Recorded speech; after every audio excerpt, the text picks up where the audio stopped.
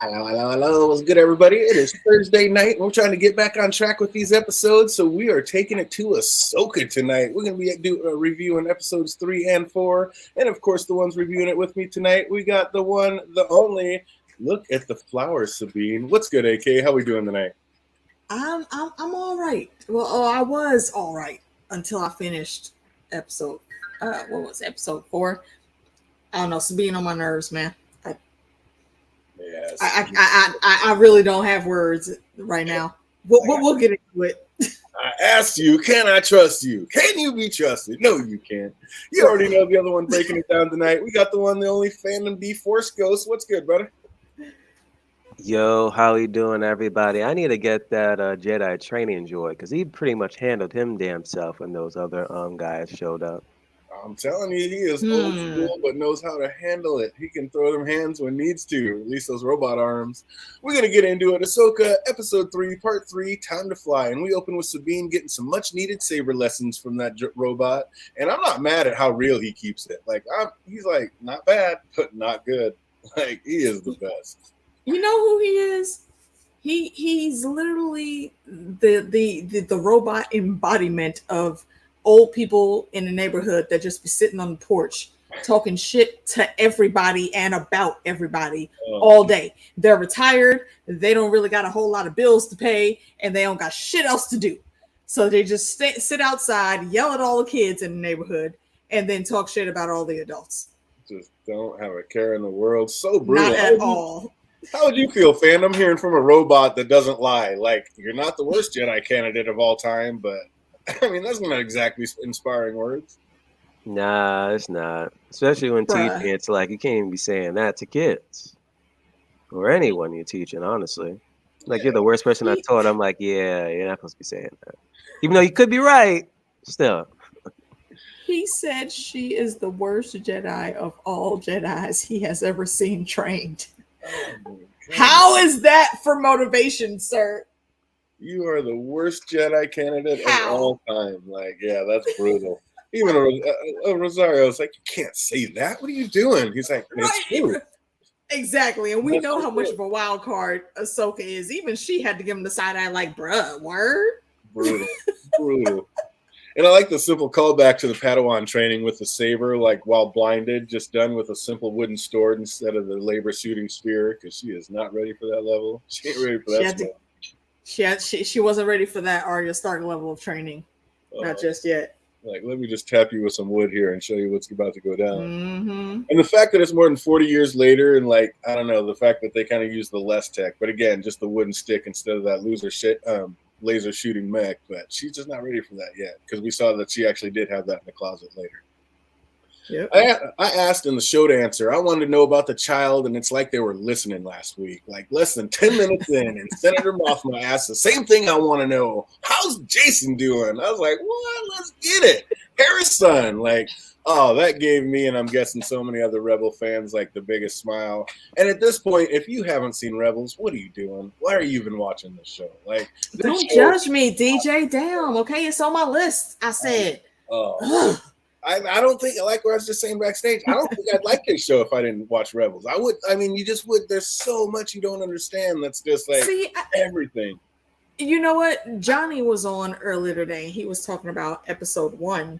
And I think Jake was in that chat too. And yeah, he was saying that, you know, he likes it so far. And he hasn't watched Rebels either. Really? Jake then said that he didn't like Ahsoka that much. And then he finished Rebels. And now it's a completely different show. And he's completely all in for it now. I'm with Johnny. I haven't seen, I think I saw maybe 1 or 2 episodes of Rebels. But I'm all in on Ahsoka. I mean, I may be biased because Rosario Dawson is my Hollywood wife, but that's beside the point. What's up, Jake? Jake says just move it to the top of the list because you don't even know. This is a completely different show. I'm probably gonna binge it this weekend. It's oh my god, it's everything. Like I said, I was jumping out of the seat. Most people are like, "What is that?" I'm sure at the end of episode 4, and I was out of my seat. Like, are you fucking kidding me? Like, everything. This show is just bringing it. But that's all this show is like season 5, of Rebels. Like, this is not its own show. And if you think about it, if you're just a regular Star Wars fan, you're probably like, who the hell is Ahsoka? Like, that's what got me into the whole thing. I was watching The Mandalorian, and they had that Ahsoka episode, and I saw everybody just freaking out about it, and I didn't even know who that character was. I was like, Ahsoka? Like, I'm pretty big into Star Wars. I've never even heard of Ahsoka. And then I went back and watched Clone Wars and then watched Rebels, and I was like, oh, Ahsoka. Oh, right. Okay, that's what they was talking about. Right. Now I see. And it's that big of a revelation. It's just like, oh my God. So yeah, and I'm so glad I put in the time to do that before this, so I was ready for it. Like, because this show is everything. Like, all the things you wanted answered, where it's going, what's happening next. Bringing on my man, little Jason, Hera's son. What? Keenan's got a kid. I think that's really a shout out to the writers that are still fighting to get the wages they should. I think that's down to the writing and how they put this story together, because I haven't watched all of Rebels, so I'm still enjoying this. I mean, let's take Rosario out of it. Honestly, the storytelling, the action, all of this, it's been great these few episodes. Oh, it's Star Wars. It is absolutely Star Wars. Yeah. I agree with that. So yeah, I guess if you're just a Star Wars fan, you can enjoy it. But I mean, there's so much back meaning and every little thing, all the way down to like the armor and the painting on Sabine's armor. I mean, just everything's got meanings. It's just crazy. It's like, yeah, they're bringing it. I was just like, thank you, Dave Filoni. Like, thank you. Oh my God. But what didn't bring a smile was the condescending senator that was putting up roadblock to Hera's very justified request. Like, you just found like some shit going down out there. You know they're building it. They were sending a ship somewhere, and you don't want to know where that ship was going with that big ass thing. Like, you're just like, no, we don't have the money, can't do it. Like, what? I mean, how ridiculous was this, Phantom? It was ridiculous. It just makes no sense. Like, she has, I mean, one, she's a general. Like, if she's saying someplace that the troops need to go, that's what needs to happen. But she has every reason, and he just tries to break it down to, oh, you're making this personal to go look for Ezra. No, we just saw somebody building a big old machine, taking it somewhere. Where are they taking that big motor to? You don't want to know? I mean, that's not worth investigating? Like, we just saw that it's working under Evil Empire old school. Like, what? I don't know. What do you think? That was my question. Because, and he even referenced that we just found this huge freaking base that was supposed to be back under our control, but they're clearly not. And he's talking about, well, we're investigating everything. And I'm like, what is there to investigate? She literally had them dead to rights. Now you guys have to go in and clear shop. And she's telling you with proof, showing you that, hey, there's some other shit going down. This is bigger than just this one base and one situation. We need to go ahead and investigate. Exactly. And he's shutting it down, which just makes me think he's dirty, and he is also on the other side. So he's trying to flex his whatever muscles he has in the politics to keep her down and suppress all that shit. Like Jake says, we have no reason to believe that Thrawn is dead, and they just kind of yada yada. Exactly. Yeah, they totally yada yada it. Yeah. Like, oh no, don't worry about that. You're in your feelings. You're just making this about Ezra. Sir, did you hear anything that she just said? Yeah, that was ridiculous. I didn't like that. I didn't like how they were at all. And then what's Mothma like? Shouldn't Mothma have picked up on that too? Because she's like always been on the right side of the alliance. So what is? I don't understand why she wasn't more like, yeah, it's very justified. Let's do it. If you're the new chancellor, just say yes and let's go. I mean, you got to politic a little bit, but come on. It shouldn't be that hard. She's not no low-level chick.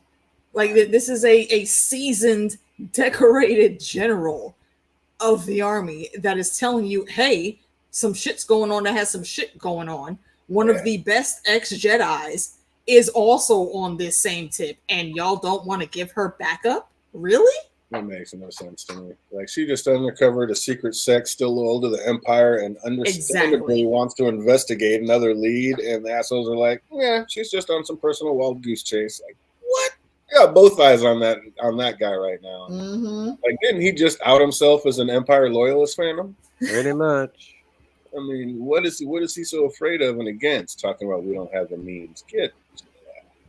That or just to be afraid we're going to end up in another war. Because when she asks, like, hey, were you like, what were you doing in the war? You just waiting for like a winning side.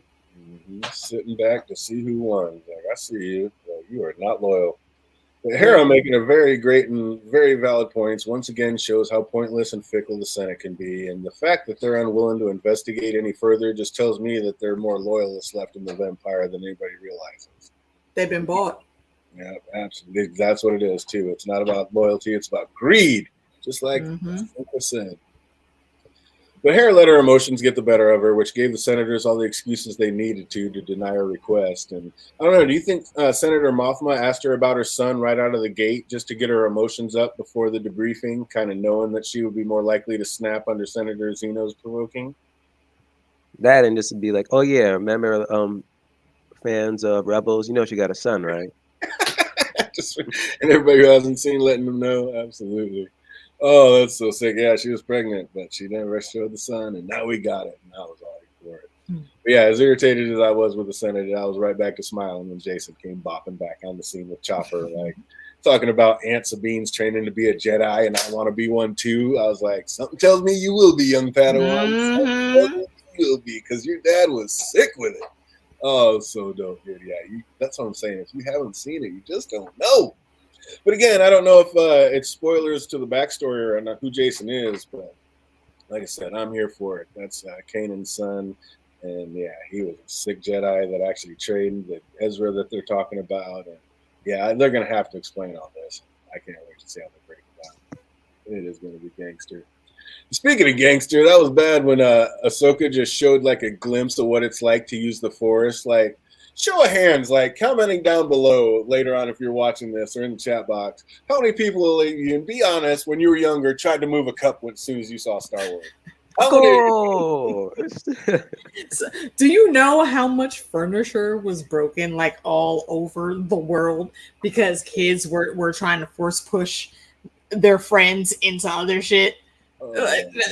That shouldn't even be a question. Everyone was trying to fight with the freaking lightsaber. To this day, we are still taking like the freaking things that paper towels are wrapped around those little cardboard tubes. I'm pretty sure me and my cousins like rigged a bunch of those together at one point in time. And we're just being stupid in the living room and having our own lightsaber fights. Are you kidding me? The wrapping paper, the big long wrapping paper tubes. Yes. Oh my god, it was battle time. And don't let either one of your parents go to like Home Depot or Lowe's and have some type of construction thing that they're doing in the house, because then you get like the industrial cardboard rolls with things, and that shit don't break. You don't got to take nothing together with those. It's thick. So when you hit something, it don't break. So you can have all the battles with that. Oh, and I love how Asoka like had to go give Hu Yang a good talking to, but much like myself, my man just used the truth as a shield. Like, I don't know, it's such a sick little verbal sparring match they had. I'm down for it. These guys are great. Because he got a little offended. He's like, he still stands for the Jedi and their beliefs, and that's what he was programmed for. He's like, hey, I'm just keeping it real. The Jedi Order would have never accepted Sabine. And Ahsoka's like, I don't need her to be a Jedi. I need her to be herself. And Yang brags like, well, the Jedi have, kind of honed this selection over a millennia. And Ahsoka's like, yeah, and they failed. Like, zing! Just getting it. Facts. Then he just flips it right back on her saying, yeah, I guess you do come from a long line of untraditional Jedi. Like talking about, yeah, your master basically turned to the most evil bastard of all time, Darth Vader. So, yeah, I guess you do come from a little unoriginal, untraditional. Oh, yeah, go have all of the fucking seats, bro. You are here to do a job. I don't need you in my ear like that all the time. So much sass. I love it. So much sass, and I'm here for it. He just doesn't. It ain't no fucks given at any point in time. He can truthfully keep his mouth shut. I love it because he keeps it real. Like I said, he just facts. Yeah, like he's very entertaining to listen to. It is amazing. Like, I do the same shit. I love it. Oh, and just like the rest of us, Sabine tries to use the Force to move a cup, and she is wildly unsuccessful.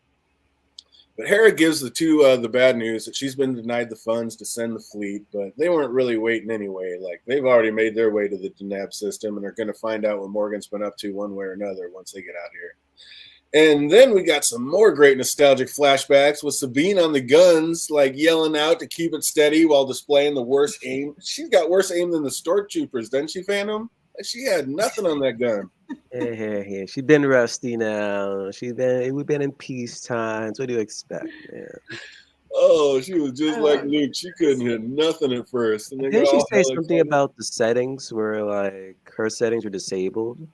That was for flying the ship, yeah. Oh, that's just for flying? Okay, never mind. Yeah, that was for flying the ship, and then Asoka had to just flex on her like, I never needed it. Like, oh, I was gonna say I didn't really even pay that much attention to Sabine in that sequence because fucking Ahsoka's ass put on the damn space mask and just said, you know what? I'm about to go out there.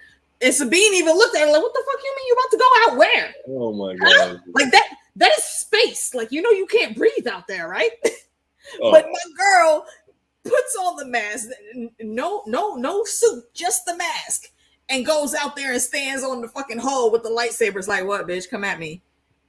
It would be so ridiculous had I not watched all of Clone Wars and seen her and Anakin do the badassness of multiple times. Yeah, like it's so fitting in her character that I didn't even hate it. Like, we don't really deal or look too deep into physics when it comes to Star Wars. We just sit back and enjoy some of those scenes. But that again is a great testament to the writer. Sorry, I didn't mean to cut you off. No, definitely. But that's also a great testament to the writers, because in any other franchise, we all literally will be looking at that side eye and like, really? Oh. But and again, even though I haven't seen the whole backstory, I've heard enough to know that Ahsoka is not to be fucked with. Yeah, and the fact that she did that shit, I was like, okay, all right. I was already in, but yeah, I'm definitely here now. This show is about space cowboys and space wizards. So, and I'm here for it. Exactly. What do you want? You just sit back and say Star Wars. But Morgan seemed a little annoyed that our heroes were able to make it this far, and she says she'll deal with them herself. But soon finds out that's easier said than done. And then Balin's Padawan has a little sass to her. Like, Morgan tried getting cocky and said she'd take care of it, but then when she didn't, Shin was quick, like, nice try. We'll go ahead and take it from here. Congratulations. You almost got them. It's like, it's almost like she knows she has to one-up this chick. And they're in this cooperative, like, frenemy situation. Like, we'll play nice. So, the boys are looking okay, but there's definitely a rivalry there. Well, she doesn't understand. I think she doesn't understand why her master is bowing down to this woman when she knows how powerful her master is. Yeah. And that's the conflict. And I honestly question whether she's still going to be on the side that she is on now by the end of this adventure. I feel like she's wavering, but I don't know where exactly it is she's wavering. He may not have been the most evil, but he was the most popular, and I would say he's probably the most popular villain of all time. Like, absolutely, movies, period. Shout out James Earl Jones, because that voice is everything. The most famous villain of all time. Most popular. We'd see. But yeah, that was dope. Is there definitely, what's up, Phantom? Is there definitely going to be some kind of fallout between the two of them by the end of this season? The Padawan and Morgan, this Dark Sister? No, I don't see that happening. You think they'll actually be fine? They're not going to have some kind of falling out? Yeah. What about you, AK? Is there going to be some beef going down, or are they just going to be cocky and like sassy to each other all season? Between Morgan and Sabine? Yeah. No, between Morgan and Shin, old boy's Padawan, the evil Padawan. Oh, yeah. I think there's definitely going to be something there. I don't know what exactly, but there's something brewing. The game is afoot, as they would say. My spidey sensors are tingling. Yeah. Oh, here's worth the only one. Feel a little Jace showing his little force sensitivity. But Ahsoka and Sabine are floating dead in space with some incoming ships on the way to finish them off. But Ahsoka finds an unorthodox way of buying some time. And like AK was saying, she just puts on the mask and heads out. She's like done. Who needs guns when you have guns? Bitch, do you see my fucking sabers? Oh, just straight heads outside and just handle those ships without. I mean, her guns wielding dudes. Her guns were like wielding dual sabers. Like, she is a beast with those things. Against whole ass fucking plasma bullets coming at her face. Like, what? Like I said, it was so ridiculous and so on brand for that character. I was loving it. Like, this is the exact kind of over the top antics her and Anakin were like known for. Like any other situation, I'd have been like, come on. But this was fitting. But because exactly, because it's Ahsoka, that shit is absolutely possible. She has the skill for it, and let's be real, she's also cocky as hell. Yeah. But she has reason to be, and she can back that shit up. So we've literally seen her and Anakin like jumping from ship to ship and taking them out with their lightsabers. Yeah, this is so on brand for this character. So I was all for it. It was okay. Wait, hold on. Jumping ship to ship.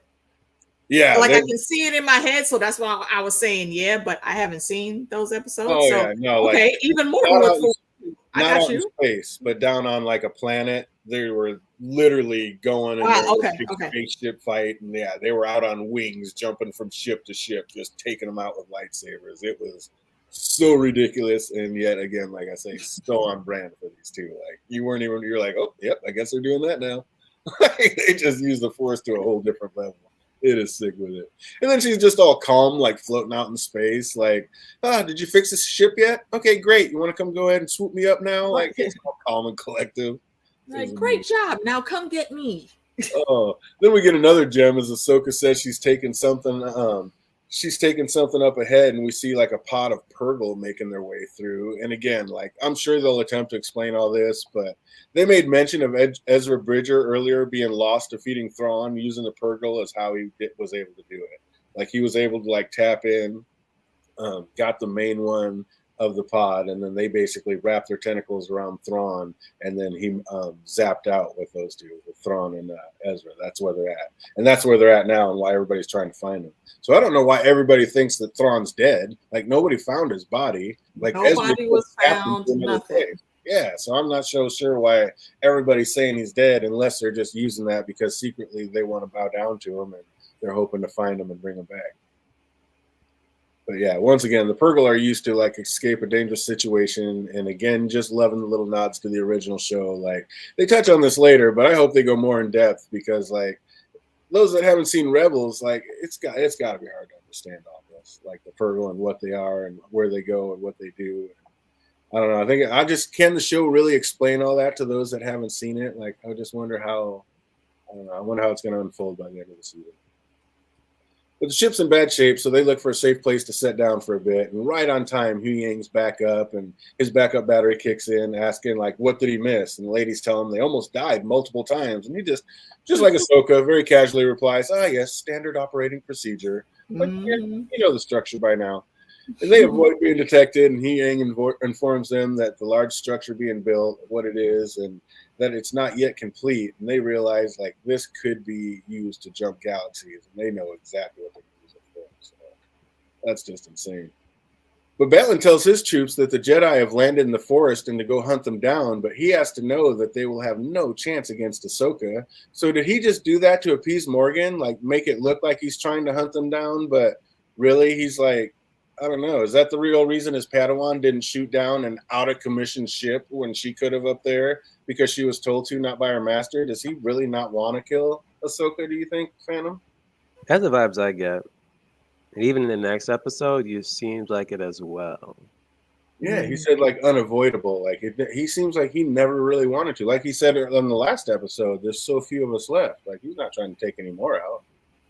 I have questions with where he's concerned as well. What's that? Because he's not a part of Rebels. He's solely Ahsoka. Yeah, like he seems to be successfully walking, the line. Like, yeah, okay, I'm over here, getting stuff in order for the Empire, but then he's over here on the Senate and the Jedi's, still hoping that no more of their order will be taken out of the game. He's kind of tough to figure out, I think, and I believe that's kind of the catalyst to his Padawan starting to question him now and what his actual plan is. So I don't know. It's given a weird vibe to me, and I need more answers and more context where he's concerned. Yeah, I definitely. We're gonna have to see where they go for that because, like I said, that's a whole new thing. Like they just stuck that in for the Asoka. Yeah. So we know nothing about him. What's going on? Like you know as much as I do. He's fallen from the Jedi Order, and I don't even know if he fell for it. He may have just been one of the Jedi that got away when the Order 66 came out. And those who don't know what that is, that's and decided to switch sides. Yeah. Or he just got away and he's like, okay, that didn't work out and they weren't here for us, so now I have to be my own. But he could have been a Jedi to the very end, and then all the Jedi got killed, so now he's just out there like maybe there's some things he didn't agree with in the past, and now he's kind of just walking his own way. It seems to point to that. Yeah. Yeah. Especially next episode where he's like, I was there, I knew Anakin, he spoke highly of you. Yeah, exactly. And like Jake says, Thrawn is only a tool to him. Like everybody else is ready to bow down to Thrawn. It doesn't seem like this man's ready to. It's like he said, we're going to talk about it when we get Not to at all. Yeah. He's playing his own shadow game. We just can't see exactly what the game is just yet. Yeah, at least that's the vibe I'm getting. He's going to try to be the new emperor or something. Like he's going to try to be the new Palpatine. He's not just going for regular stuff. He knows Thrawn is just a general in wartime. Like somebody else has got to rule it all, and I don't know, maybe he's got thoughts on that. But yeah, he's definitely into something. Oh, but that's the end of this episode. What do we think of this one coming into episode 3? We still, you said you're still liking it, even though you haven't seen Rebels, AK? Yeah, absolutely. I mean, this episode was a lot of action, and as a Star Wars fan from the beginning, these battles were great, especially the badassness of Asoka. Like you got a champion that she's got balls, as they say, to do this crazy outlandish shit. However, kudos to the other side though, because I don't remember her name, but the other Padawan, she's out here, doing some stuff too. So I like that she actually is questioning her master, but in the way she's going about doing it, that's what's making me think that she's going to leave him. She may not go to the other side, but I don't think she's going to stay under his rule for too much longer. But anyway, all the intrigue, all the action, 8.5 out of 10. Absolutely. Yeah, this episode seemed a little short. I don't know how they're going to fit it all into this season. I can't wait to see how they do it. But I am here. Yeah, there's going to be a huge cliffhanger at the end, I bet. Yeah, because I get the feeling like more and more like that Baylan has zero interest in killing Ahsoka. So do you think he's going to try to ally with her by the end of this, or like bring her over to Thrawn's side? Do you think he'd even try to do that, or was it just inevitable for them to just battle to the end like that, family? That's the thing. I don't know. I would say towards Thrawn's side. Sorry, go ahead, Phantom. I would say towards Thrawn's side, is just to whatever side like he's aiming towards. So not necessarily to Thrawn's side, basically to his side. Yeah. Yeah, that's right. Yeah. That's a good way to put it, because I don't think he necessarily wants to do anything with Thrawn. I think he within himself sees a better path, maybe a more peaceful path where he doesn't have to fight, especially people that he was on the same side with in the past. So, and that's why it was such a big deal in that fight that's coming up, that, it didn't have to go this way, is what he said. So he's got his own shadow plan against what, we're being shown is the bigger picture. So I'm very interested in his character and where he's going to go. Yeah, it's going to be crazy. It's a shame that we're not going to be able to get him next season. Who is this? All right, we got just a couple trivia questions. If you guys know these answers, put them in the chat box. If you're watching later, put them in the comment section down below. Who was the senator in a rush that didn't believe Hera's story? Damn it. I should have wrote their names down. I think I only took like 5 notes. Who was that asshole? And that was not one of them. You know that one? Put his name down below. Question number 2. What is Hera's son's name? Jason. Or Jace. Jason, absolutely correct. Jacen. How many hyperdrive engines did Hu Yang say were in place? 3? Incorrect. Was it 4? That was incorrect. How many hyperdrive engines? The hyperdrive is the one or no. There. Oh, how many things were on the damn ring? 6. Yep. 6. Got you there. Yep. 6 with the final one being set into place. Absolutely. Yeah, they had to wait on that one. And last but not least, what are the space whales called? Space whales. I forget. What are those space whales called? Just said it a little while ago. That one, put it in the chat box or write it in the comment section down below. But yeah, this one was pretty cool. Loved they kind of brought it in. This was, I mean, not really a filler episode, but just kind of setting where we're going to do, what's going to happen. Letting you know it's just like regular Star Wars. The Senate's worthless and never going to back you up. You're going to have to do your own thing. I was stalling because I knew he'd get it. There's Jake. That Purgle. Absolutely correct. Yeah, what the hell is up with the damn Senate, though? Oh, they're ridiculous. They've always been worthless from day one. Always. Every time they try to come up with some action plan, shit goes left.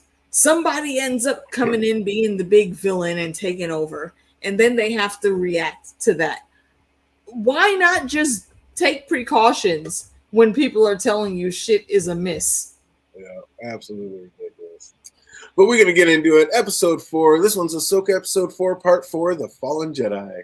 And the name of this episode is Fallen Jedi. Is that talking about like the ones that are no longer walk the Jedi path, or like dead Jedi, or like literally a Jedi falling, like what happened to Asoka? Like what do you think it was referring to, Phantom?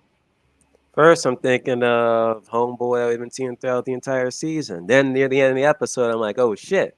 Our boy Anakin's a fallen Jedi here. Even though he was redeemed, he was once fallen. So I don't know. Would they give him the title of the episode for just like 30 seconds on the screen, though? Hell yeah. Yeah, they would. Absolutely, yes. Absolutely the answer is yes. I don't know. It seems a bit too subtle. Like, and he only came up like at the very end. So I think it has more to do with what was the dude's name? Balon? Balon. I think it has more to do with him than Anakin. Good. I think it's something different from all of them. I think it's part of all of it. I think all the way down to Asoka falling, like literally falling off the cliff, to all three of them are fallen Jedi. Yeah, to like Balin doing it, falling the wrong way, and yeah, definitely. But Huyang is trying to fix the ship, and it comes. He's trying to fix the comms so they can get out a distress signal to put it on, but it's going pretty slow at the moment. And didn't they lose contact as soon as they got into the systems, saying somebody was jamming the comms? So why did they think like all of a sudden now they're going to be able to contact somebody, Phantom? Repeat that? As soon as they got into this system, they were talking to Hera, and then all of a sudden it clicked out. And that's the first thing they said is somebody's jamming our comms. Our comms are being jammed. So if they know that all the comms are being jammed in this space system, why do they think they're going to be able to fix something now that's going to be able to get an SOS? That I don't know. Like, that just didn't make sense to me. Like right when they got here, they said somebody's jamming our systems. They were talking to Hera on the way in and lost communication with her because they said somebody's jamming their systems. And now they think somebody's not going to be jamming the systems anymore. I don't know. I thought that was a little weird. But anyone that's seen Rebels, and by this point, I'm truly sorry for anybody that hasn't, because anybody that's seen Rebels knows that Hera's not about to let some bullshit and talking out the side of their mouth senator stop her from saving her people. Like, help is on the way. Believe that. Like, Hera's never going to let her people out there. I haven't seen Rebels, but I saw that shit coming too, though. Because it was almost like, if y'all remember that key scene in Street Fighter with Raul Julia, R.I.P., and Jean-Claude Van Damme, he was giving orders to stay where the fuck he was at. And he said, nah, bitch, I'm going to get my boy. And the whole army stood up like, General, yo, where we going? What time? 0800? All right, cool. We'll be there. Same shit here. she was going to follow the orders that the Senate gave her, but then her people came up like, so like we don't give a fuck about what they just said, right? We about to go? Okay, cool. Let's coordinate. And she bounced the fuck out, and I don't blame her because that's what the fuck you're supposed to do when you riding for your people. Absolutely. Yeah, she's not waiting for nothing. She's like, I got my own ship. I'll be out. And you know, as soon as a general says, fuck it, I'm out, not listening, that there's about to be some underlings underneath her said, shit, I got your back regardless. You going, I'm going. Let's do it. Also, can I put an asterisk on that? I just now figured out why she looked so familiar to me. That's fucking Ramona from Scott Pilgrim. I didn't notice that was her until like this episode. Yeah, I hadn't looked at the cast list. And then watching it again tonight, I was like, okay, I don't know who this chick is. And then I looked her name up, and boom, there was Scott Pilgrim and what was that other one she was in? Sky High back in the day. Mm-hmm.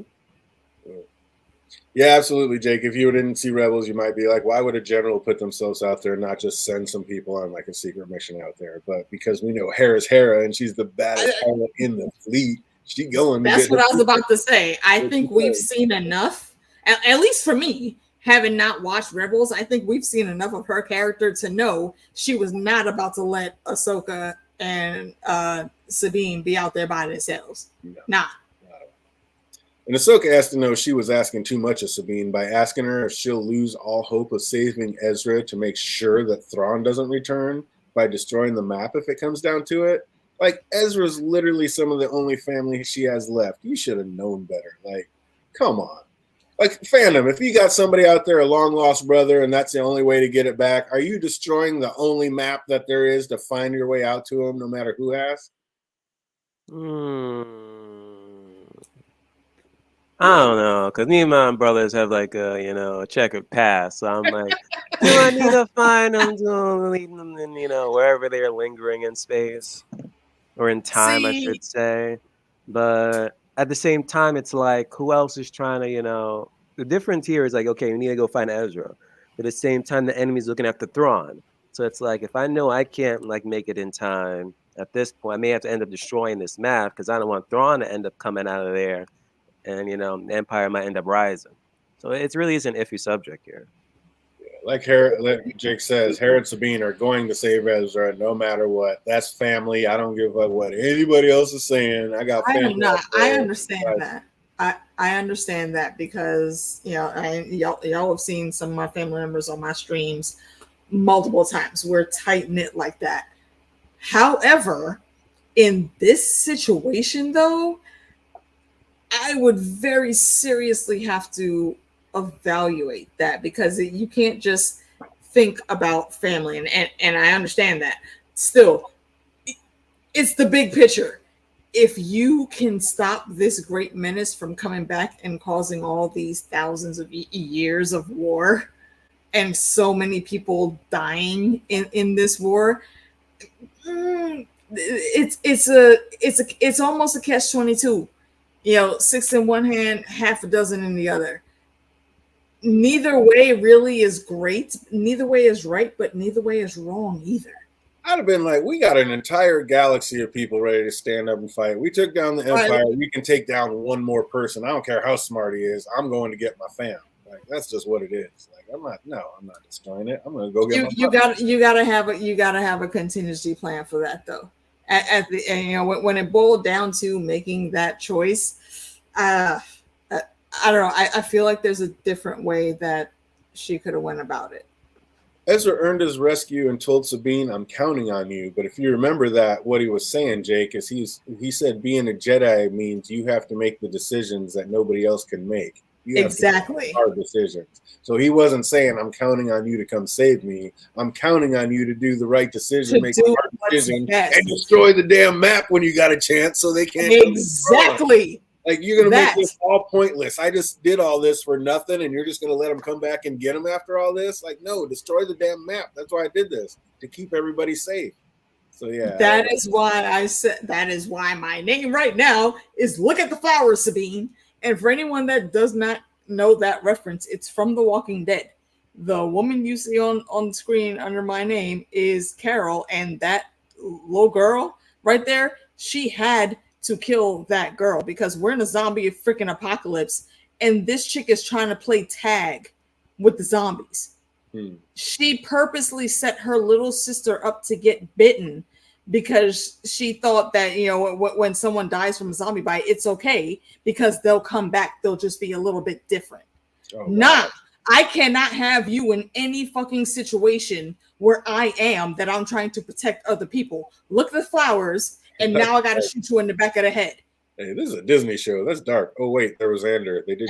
I was about to say, see, and that is my number one message about Disney that I've been spouting for years. People told me all the time I was crazy. Look, Disney is dark as fuck. Oh, so it treks. Yeah, so not here. You gotta look at the bigger picture. And really, Sabine, you should have taken that shot. You should not have even waited until he did that final move and put Asoka over the edge. No, destroy that shit. Be done.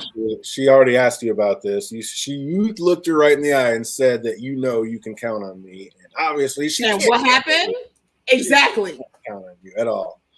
But yeah, Jake, again, the smartest Thrawn was. Ezra outsmarted him. Thrawn didn't plan on the fact that Ezra was going to be able to communicate with space whales and snack them up. Like, that was a little bit out of left field. I don't think anybody would have been able to see that coming, no matter how smart you were. Like, nobody thought he was going to be able to talk to whales. That was dope. That was a sick scene. That was an outlier in Westworld right there. Oh. Ezra's an outlier. Right? Asoka has to know she's asking way too much, though. That was just, she should have known.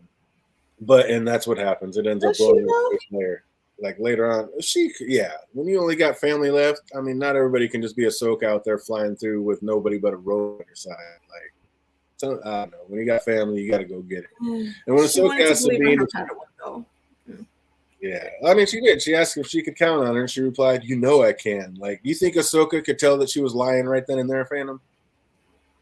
I don't think she was telling she was lying. Like, she actually thought she was telling the truth at that point in time? Mm-hmm. I agree with that.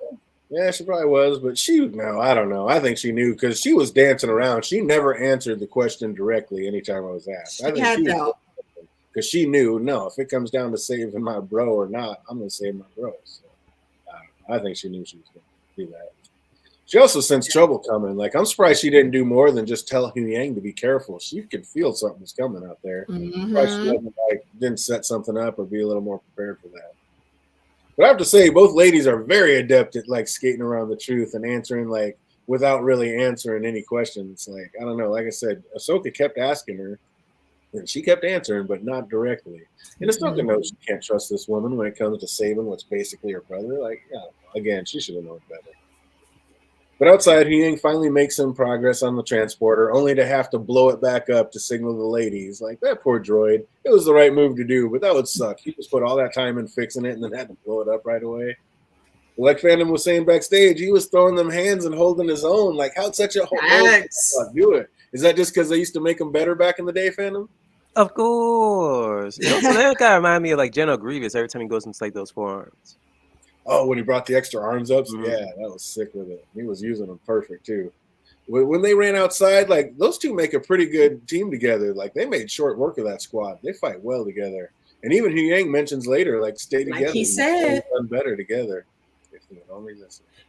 You know what, though? Just, to bring even more light to what you said earlier, he's always going to be brutally honest. And, he is that old dude in the neighborhood talking shit. Because even after he gives them that compliment, he mounts off again when they're almost out of earshot.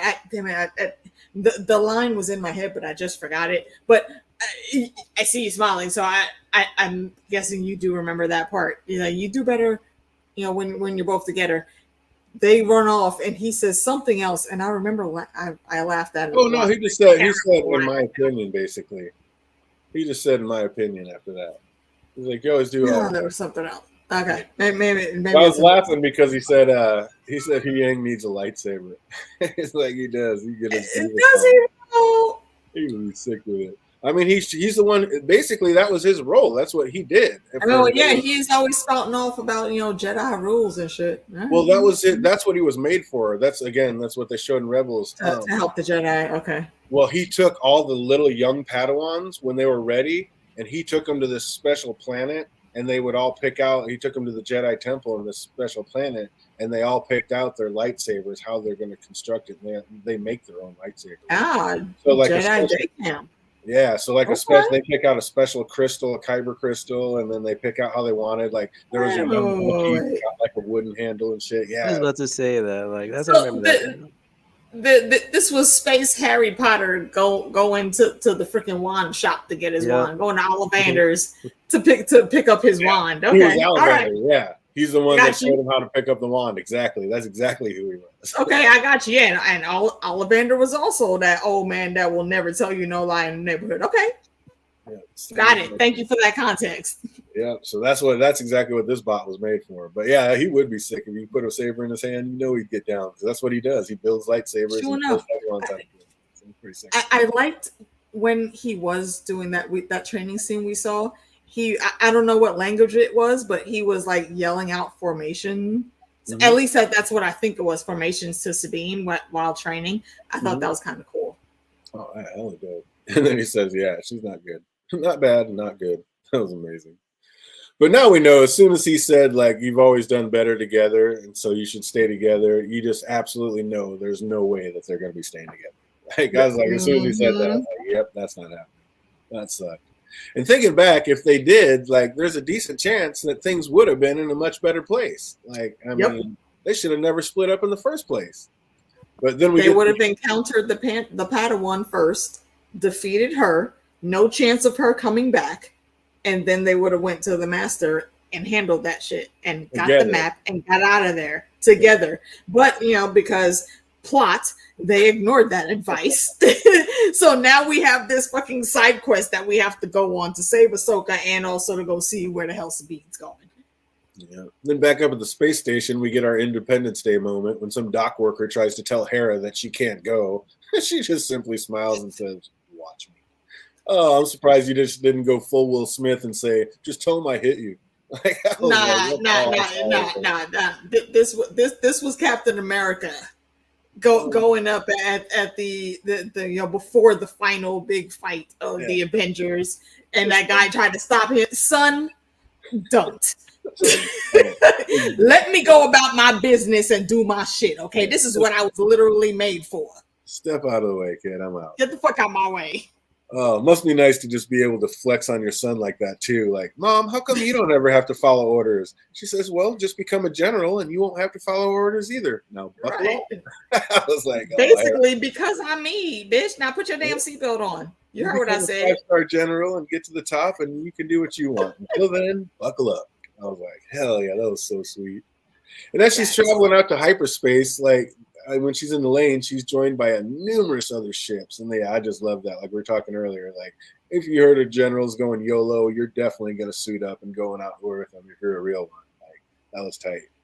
And also tight was like when we see the one that was joining that fray was none other than Carson, who we've also seen in like Mandalorian 2 and 3 and the Book of Boba Fett. Did you recognize him right away, fandom? Of course. I was like, oh, shit. Hopefully they don't kill him off in this mission. And what happened, man? We don't even know, but hopefully no body, no death. But I don't know. I'm worried for our man. So I have to binge more things over the weekend is what y'all just told me. Right? Of course. Okay. All right, I got you. Oh, it's just all the simple little callbacks that mean so much more. I mean, because I was wondering, like, are we going to see like more people from like Mandalore or something, or even like Mando might end up like appearing within this series? But hopefully he doesn't. I don't want him to like steal the show or anything like he did with Book of Boba, even though that was needed. Even though Asoka ran into like his show, like Asoka made a cameo in his, and that, like I said, that's what got me started. I was watching Mandalorian. There was the Asoka episode, and everybody lost their mind. And I'm like, who the hell is Asoka? And then I had to go watch it all, and I was like, oh, that's what Asoka. They're like, oh, okay, okay, I get it now. And I know some message her. I know some complain, but like being a fan and having already seen like most of the canon, like I am loving all these crossover characters. Like I was all for it when Carson came on. Like, hell yeah. And if I see Wrecker or Hunter on this show fandom, I am going to lose my shit. It's gonna be amazing. Most likely it's gonna happen. Dude, that will be. I'm curious where they are right now. Right? Oh my god! But if you bring them over into live action, dude, I'm going to lose my shit. I'm just telling you, that's going to be amazing. Oh, I gotta say that little GPS globe that the Dark Sister put together to calculate the route through hyperspace was nice. Like even Balon had to say something about it. Like he's all witchcraft. That thing was clean. I'm like, hell yeah! Get me to the next space galaxy. And on the way to stop this, Sabine and Asoka are stopped in the forest by Shin and Marek. And I don't know how like worried for Sabine right here, knowing that she is nowhere near far along enough in her training. Like I don't know. Like, she wanted to smoke. She didn't care how much training she had. She was like, let's go. She really did. Wanted that smoke. She was hella amped up. The fight in the woods was sick, but Sabine has seen like plenty of Jedi Force. Like she's seen plenty of Jedi like Force toss people around. Like why wouldn't she have been ready for that with that fight for Shin? Like you know they have this in their backpack. Like I don't know, just running right after her, just all willy nilly. You should have known she was going to Force throw your ass sooner.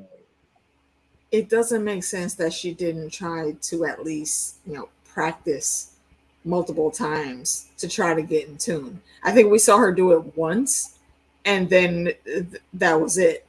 Ma'am, if you are in this commitment, like you really say you committed to this, why are you not trying to hone your skills harder? Yeah. And then after being Force tossed like a rag doll, she tells Ahsoka to go get the map. She's got this. I got this. Are you sure? And homegirl came real with her. She recognized that had Ahsoka stayed, she probably was going to die. Oh, now there's no probably about it. She was going to die, but Ahsoka didn't stay because she was told, "Nah, go ahead, I got this." And she looked at her and was like, "You will regret this." Oh yeah, like, and absolutely. And what do we see in the next couple scenes? Ass whooping. Like, what made her wee little pea brain think that in any way, shape, or form she had this? Like, what? You got nothing. The absurdity of it all. Oh, it's ridiculous. And like most villains, Balon is the hero in his own story. Like, he says what he's doing is necessary. Necessary for what? Do we have any idea on what his end game is, fandom? No clue. Like, I was hoping even to get like a snippet in this episode, but I'm like, nah, it's too soon. Because how many episodes? Like what, 8 episodes, or is it 6 episodes? So. I'm not sure, but not 10 or 12. So I don't know. Yeah. So we better hurry them up near the end by next episode or something. By next episode, they gotta give us the answers for that. It just seems to me like he's playing chess when everybody else is playing checkers. Like he seems like he is playing the long game. That's why I said, what I did about him earlier. He's wavering on something, but we really can't tell what exactly it is. But his shadow game is what's making his Padawan, question his motives. And also, I think that's going to manifest even more into questioning herself as to whether she's on the right side or not. Oh, I like that. Could be. Yeah, 8 episodes. We're really at the halfway point.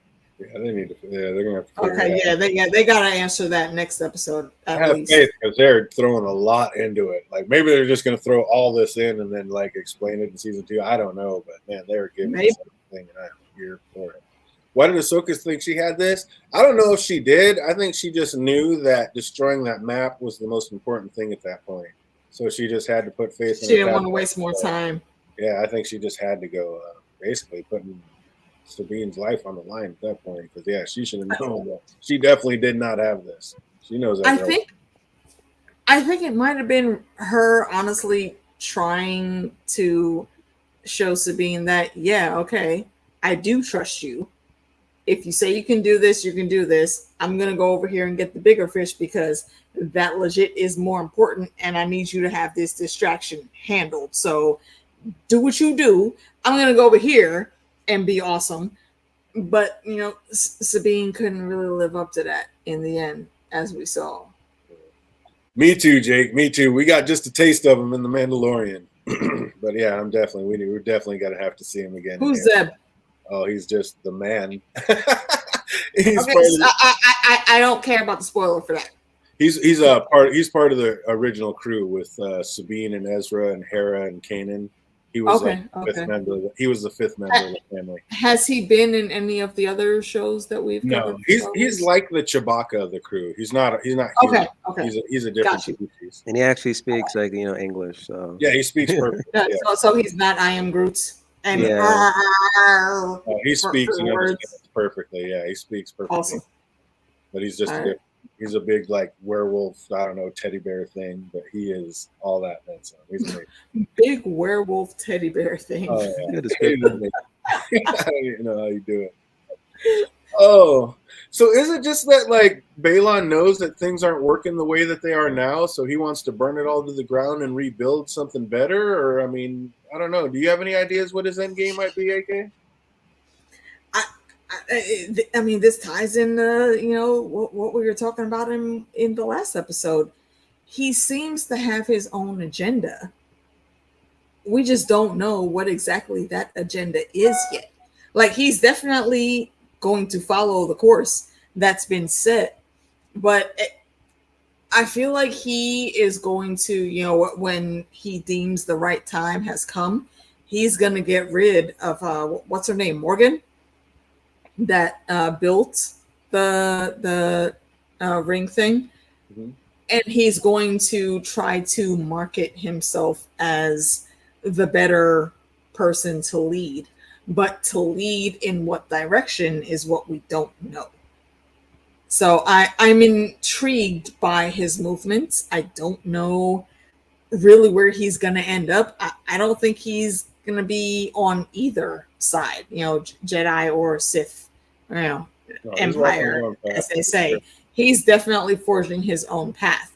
But because he is playing that shadow game again, I don't think he's going to have a Padawan by the end of this. She's going to see something that she does not like completely, and she's going to make a decision, I think, by the end of this season as to where she really stands. Think she's going to band up with Asoka?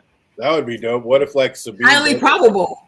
And then highly probable. That'd be sick. Yeah, I think Asoka has the wherewithal to have two Padawans that are so different in personalities that we've seen so far. But I think the training for them would be, interesting, I'll say.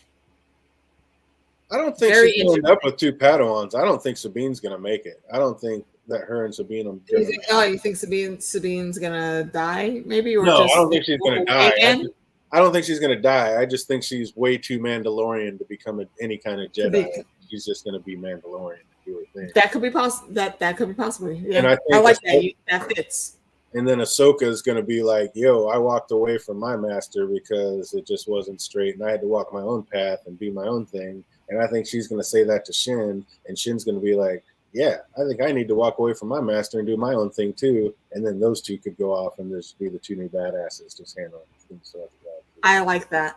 I like that. And I don't think, within that whole change up, I don't think Sabine would be upset with that at all, because that, again, is going to allow her to continue to do what she does in the way that she does it without, kind of having her hands tied into one particular thing, because that just doesn't fit for her. But for Ahsoka and the other guy, I can't remember her name, it works. It works for them. So I'm very interested in seeing where that goes. I like that idea. Yeah.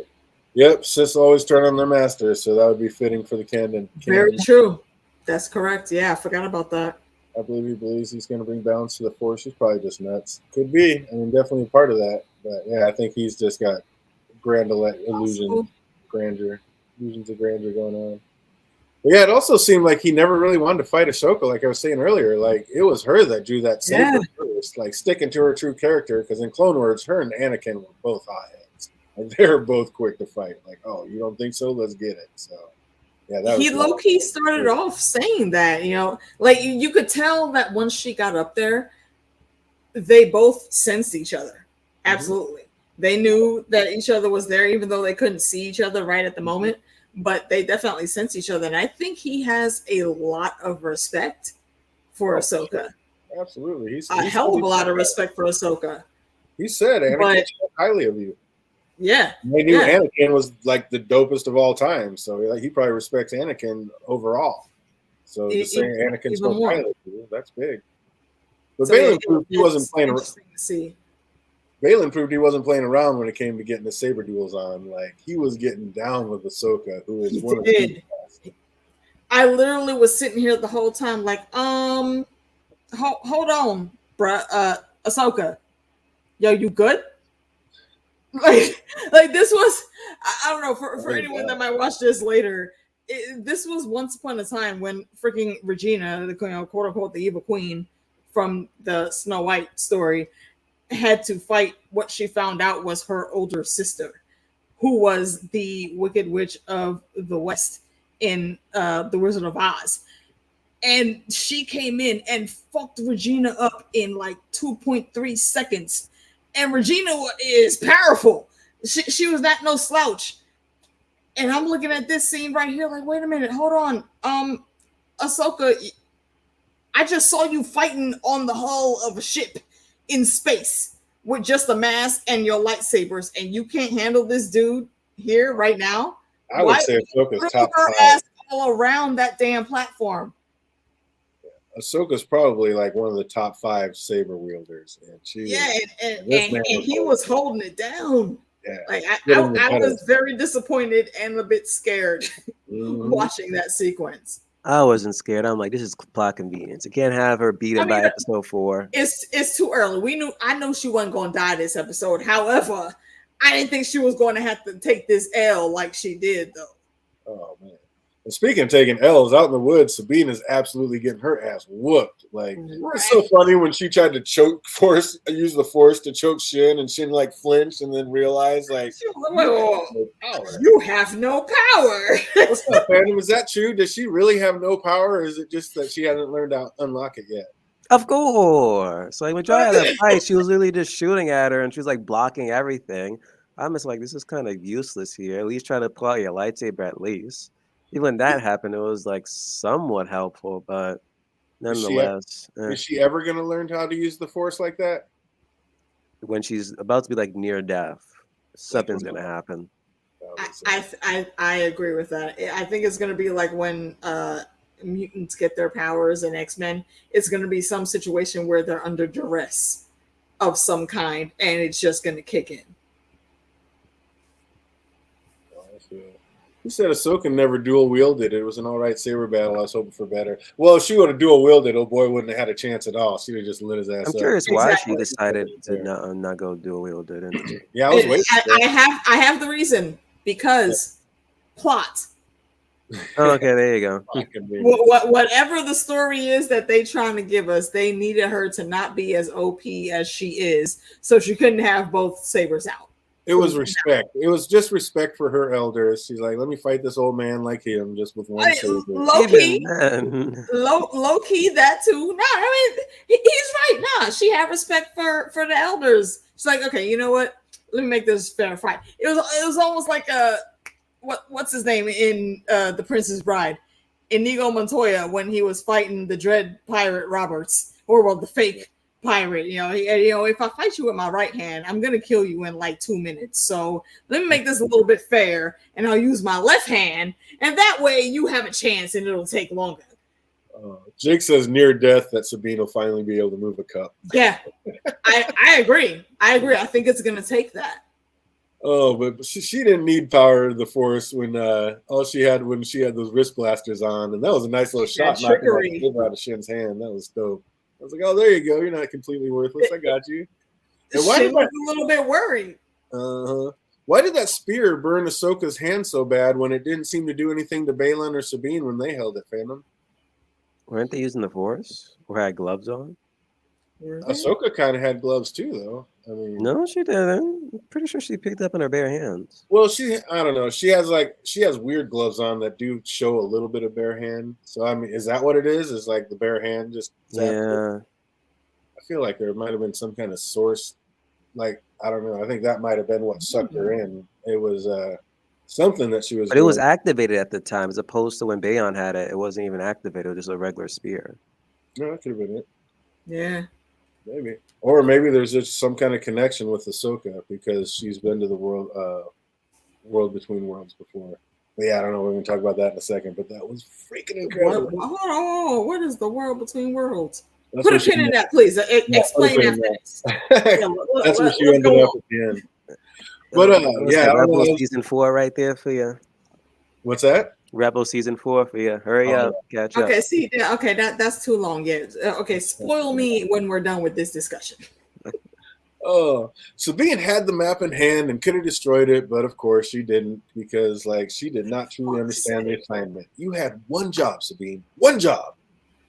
Especially when you saw him just swipe your master to the left over a cliff like that. Like, how are you going to fail, Sabine? Like, epic fail. Epic. As soon as Asoka went flying, she should have pulled the fucking trigger. Yes. Exactly. And that is why I'm saying, now look at the fucking flower, Sabine. Now I got to get rid of your ass because no, as it turns out, I cannot trust you to do the right thing and to look at the bigger picture instead of the hurt feelings that you're feeling right now. This game is not for you. Very clearly, you would fail in the Game of Thrones. I don't even know she's a great warrior not getting the job done like that. What are you doing?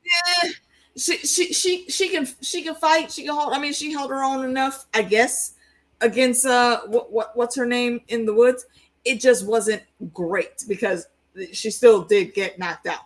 Like, come on, man, Sabine, get your shit together. That was sick how Balin took one look at Sabine and just broke her down. Like, he called her bluff so quick. Like, you should do as your master says. Destroy it. Like, he knew she couldn't do it and why she couldn't do it. Like, do you think he can peer inside people's minds just like Asoka can, fandom? I'm not 100% sure. But I'm still like puzzled, like how he knows about Ezra. Well, it seems like everybody knows about Ezra because, I don't know, maybe Hera's made it such a big deal trying to go track her down, and so it's just kind of like common knowledge or something like that. Because that's what old boy said to Hera is like, it seems like you're just trying to make this another one of your personal missions to go find Ezra Bridger. Which, I mean, if this is just another one of her things, then it sounds like it's probably pretty common knowledge. And they're probably a common knowledge like why Thrawn fell because of this young Jedi that got rid of him, Ezra Bridger. So he's probably famous. Yeah. I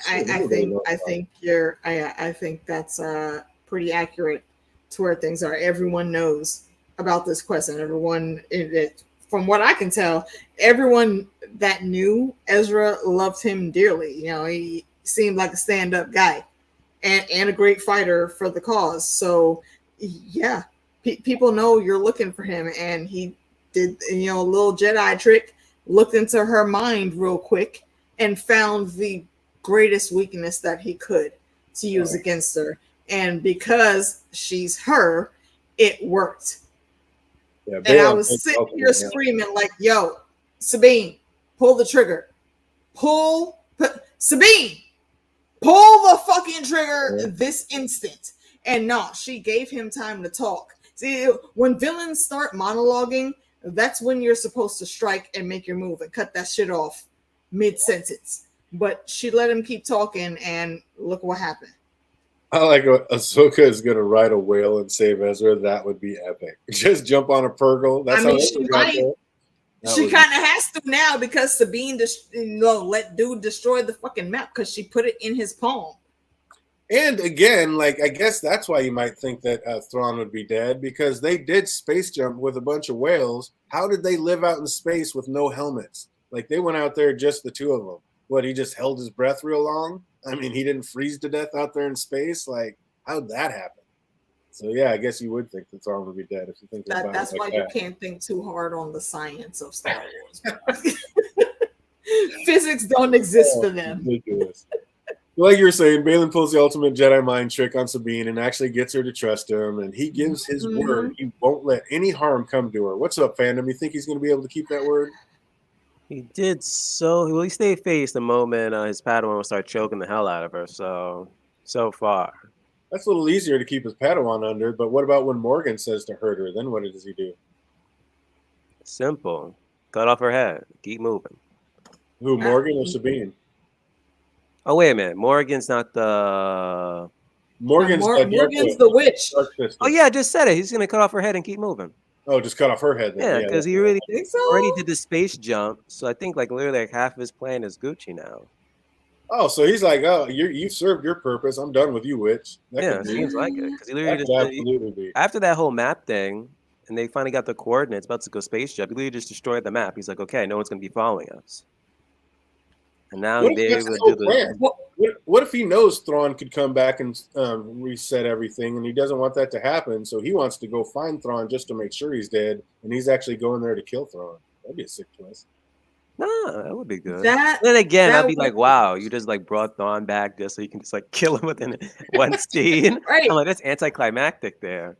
That would be amazing. It would be an interesting road to go down, though, but I don't think he would just, he would just kill the witch for that. I don't know. There's too many equations there, too many variables, I guess would be the right word, that we need to take into account to try to see where his mindset is, because he is, if he is just out there gunning for himself, what the Padawan, she's gonna see that, and I don't know that she's gonna stand with that. I don't know. I need more information, honestly, to completely assess the whole situation. It does bring up a good point. Sabine has been captured many times. Her and Ezra, like that was just part of their deal. Yeah, when you're a rebel, that was like just par for the course, wasn't it? Yeah, they just always let themselves get captured so they could go in, grab whatever they needed from inside. Spy on some shit. Yeah. And that makes sense. So they did that all the time. So that's probably one reason she did let herself be taken, because she knew she'd be able to get back out. But yeah, this isn't the Sabine show. Ahsoka has to go save Ezra. Well, yeah, she's not going to need to ride a space whale. I'm pretty sure we know how she's going to be able to get there. We're going to get there.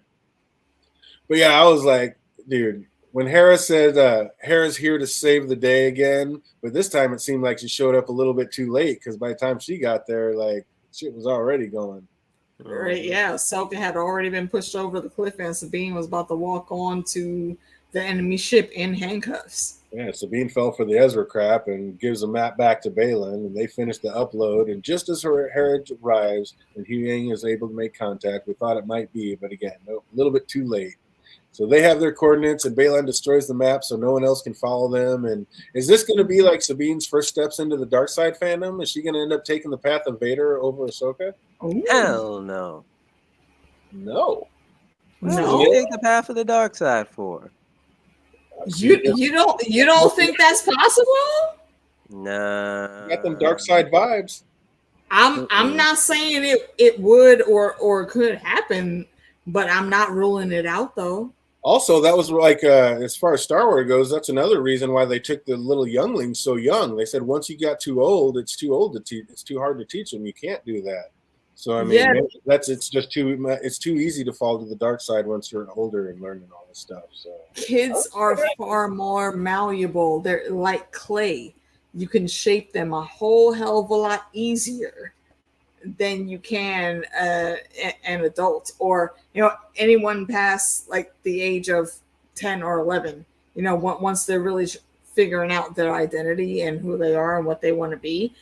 It's hard to do that, which this is Willy Wonka all over again. You can't just entrust your whole company that is very successful and rich to an adult, because they're going to have their own ideas. But if you choose a child to be your heir, you can instill in them whatever you want and program them basically to do what you want them to do. Go ahead. No, go ahead.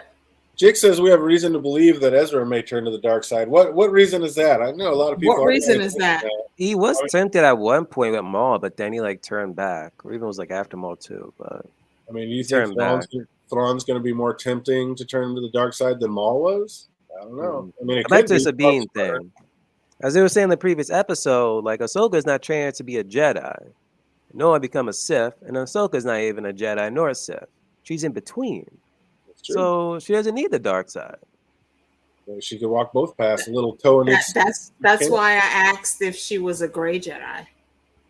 Which I guess is not a thing. There's no such thing as gray Jedi in my understanding. That's Vader was Where did I hear that? In Legends, but I don't think they made like Great Jedi like. It's not canon. They didn't make it officially canon? No. Okay. Yeah, they haven't created like a group yet or anything. So Huyang tells Hera not to let the space ring leave, so she forms the fighters up in front of it so it can't make the jump into hyperspace. But this doesn't quite work this time because the ship is just too big and too powerful to be stopped by anything in its path. And those poor bastards in orange rebel suits may as well just been wearing red shirts because they all got dusted. It was good. I was like, we don't know your name, we don't know your name, we don't know your name, you're dead. You gone. Just put on the red shirt and let it be known. Oh, this low key was like that scene in The Expanse for any of you guys watching this later that watched The Expanse when they first found that ring that when you went through the portal there were basically 1,000 different other rings that you could go through to get to different galaxies and places and whatnots. That's what this ring makes me think of when I look at it. If you try, I wondered though, why didn't they try shooting at the ring instead of just placing themselves in between? Oh, it's too big. Those little ships. There's nothing that they could have, tried to fire on and destroy.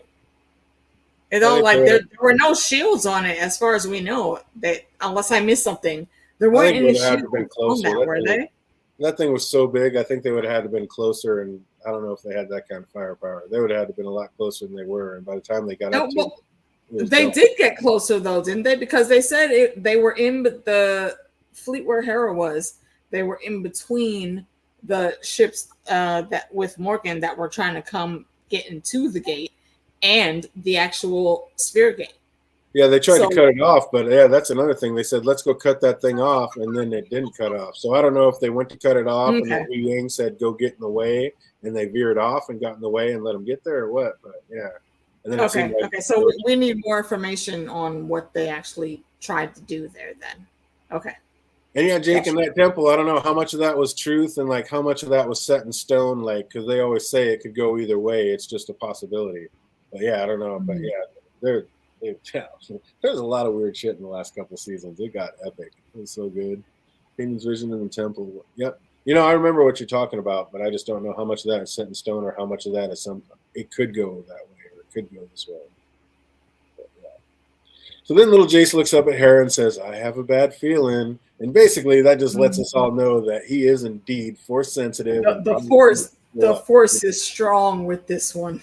Oh, I can't wait, dude. That is if there's any Jedi still left around by then to teach him. Train him, yeah. There's going to be any Jedi left. But then down on the surface, Huyang calls out for Asoka and Sabine, but there's no one there to answer back. Sabine's on her way to find Ezra with the bad guys, and Asoka. Holy shit, and here we go. For those of you that have yet to watch Rebels, this is the biggest middle finger to everybody yet. I can't believe they just introduced the World Between Worlds on here. Like, I literally almost jumped out of my chair when I saw this shit. Mind blown, Dave Filoni. Bravo. And if you don't know what the World Between Worlds is, it's like an empty space in between all time. And basically it's a place in between all time and space. And you can go from a different portal and you can like basically cross through time, go to another time, another galaxy, another place. Like Wait. Is it like the space version of the Wood Between the Realms? Or the Wood Between Worlds? What's that now? Okay. Have you heard of C.S. Lewis series, The Lion, the Witch, and the Wardrobe? Oh, no. Yeah, no. No, okay. In that series, there is this place that is called the Wood Between the Worlds. And you can get to this place from almost anywhere. And when you get there, it's this huge woods and forest area. But there's a whole bunch of different pools of water that are around. And any puddle that you jump in leads to a different world. The only bad thing is if you stay in that in between in the wood, you'll forget why you went there or where you were trying to go.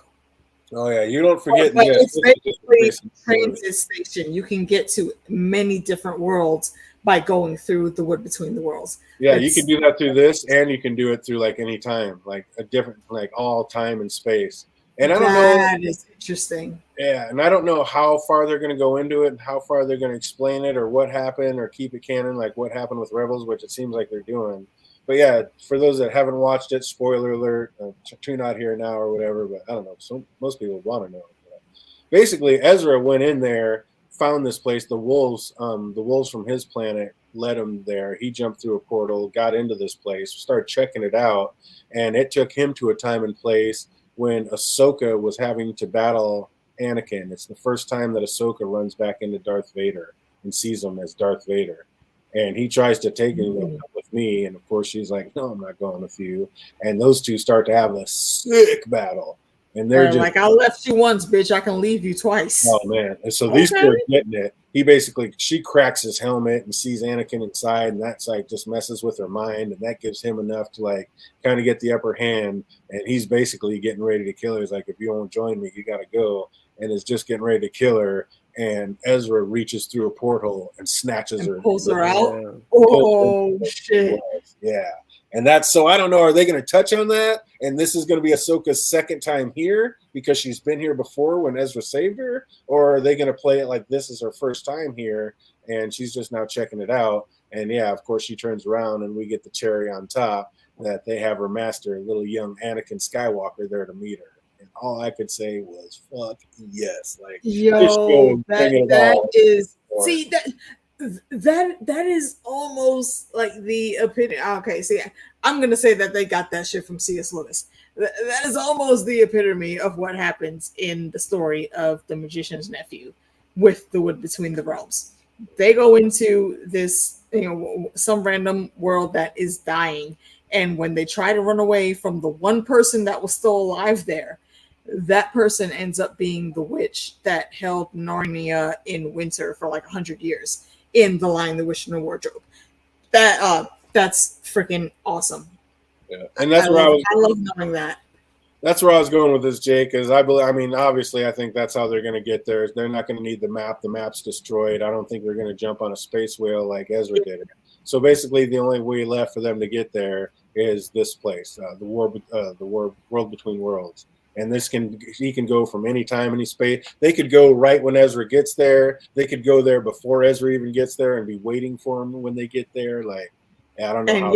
And young Anakin that we saw at the end is going to be the map, basically. That's my thing, though. Is I don't know. There, I don't know what young Anakin is, because he could be an evil force in there. He could. Super. That's what I'm thinking. Because according to those subtitles. According to because it was Vader's theme. It was Vader's theme. Yeah. And I'm like, why would you give him Vader's theme if he's saying, "Hey Snips, this should be like the redeemed Anakin, quote unquote, here." And entirely episodes of Fallen Jedi. So see, I don't know.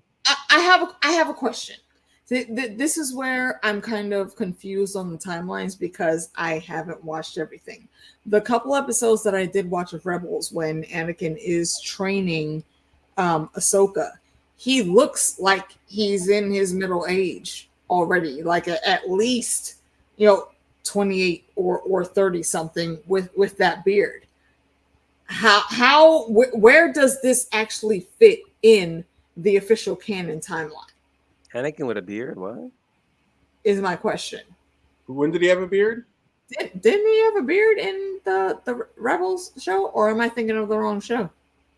Not Anakin. His master Qui-Gon and the other guy did. Obi-Wan did. But not, he never did. What the hell was I watching where Ahsoka was his Padawan then? Qui-Gon Jinn and was it the Clone Wars? Yeah. Okay. So where is with that being said? Okay, if that was where Ahsoka was being trained, where is this show in the timeline, the full timeline? This show takes place after Return. After Return of the Jedi.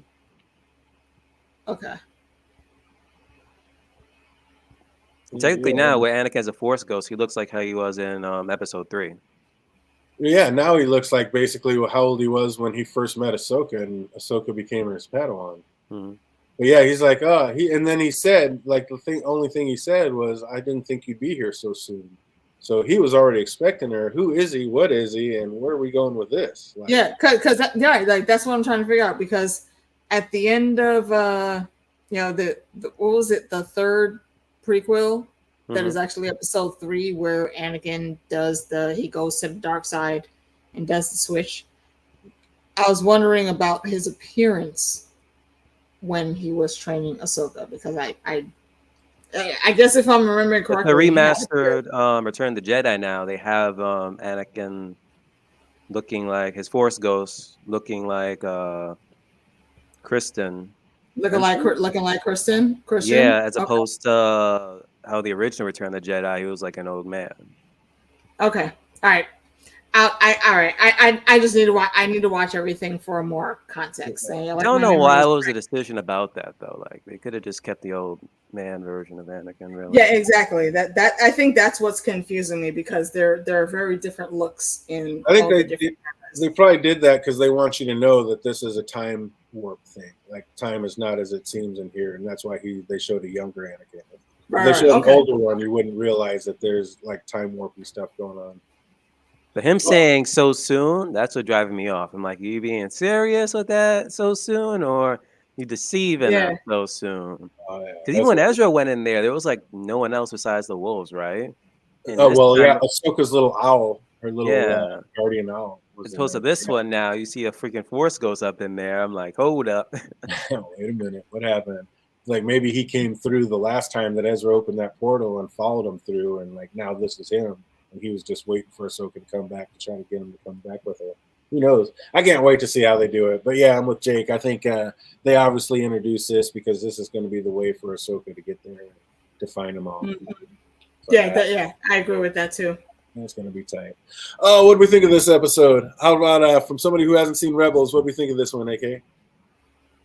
I'm still with the 8 level. So I'll give this one what I get. 8.80, 8.95, only because I'm very certain that there's going to be a lot more coming that is going to be extremely awesome. So I'm capping myself here. Yeah, I liked everything. I'm still all in. Absolutely. The fighting scenes in these last 2 episodes were some of the best I've seen in the Star Wars franchise. So yeah, I'm absolutely all in for it. 9+ on the World Between Worlds alone. Just the fact that they just introduced that in live action. Yeah, and I love that you guys told me about that, because that puts a few things into context. That's really awesome. How about you, Phantom? What'd you think of this one? I'm like an 8.7, 9 out of 10. Oh, there it is. It was a good episode. Mm-hmm. Absolutely amazing, and I cannot wait for the next one. Oh, I'm here for it. We got just a couple trivia questions, about 3 of them. See if you know these answers. If you do, write them in the chat box. No answers for this. Yeah, I was too into this episode. I couldn't even write any questions. Yeah, I ain't write nothing down. Too busy jumping up and down. Oh, man, we already got one. What was General O'Hara's squad called? Yeah, no clue. I don't know, the 18. Remember that one? Put it down. Let's get one easy one, just the same one we had last time, just so we know, because it's so important. What is Hera's son's name? Jason. Put respect on it. I can't wait to see where they go with this character. It is going to be amazing. He is the future. And last but not least, what is Balin's Padawan's name? AK has trouble remembering this one. Yeah. I don't freaking remember. Damn it. Why can't I remember this broad's name? Discount Discount Targaryen number 6. Oh, Jake's absolutely correct. Phoenix Squadron, Jason. And do you remember the young Padawan of Balin's name? What is her name? Does it start with the H? No, that's not her that they were talking about in that scene. There it is. Start with the L. Nope, that's not it. I think the Shake have it. Shin. Is it Shin? What did he put? Shiz? Yeah, he put Shiz. Yeah, that's what jogged my memory. Shin. Yeah, nope, it's Shin.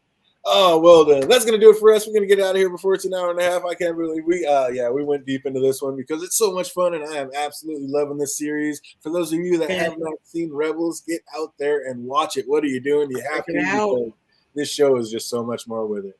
So that's gonna do it for us. I hope everybody out there is having an absolutely fantastic week. Wait, you better be quick. Hold it. Go over to Citadel of Trivia next Friday. We're doing some things.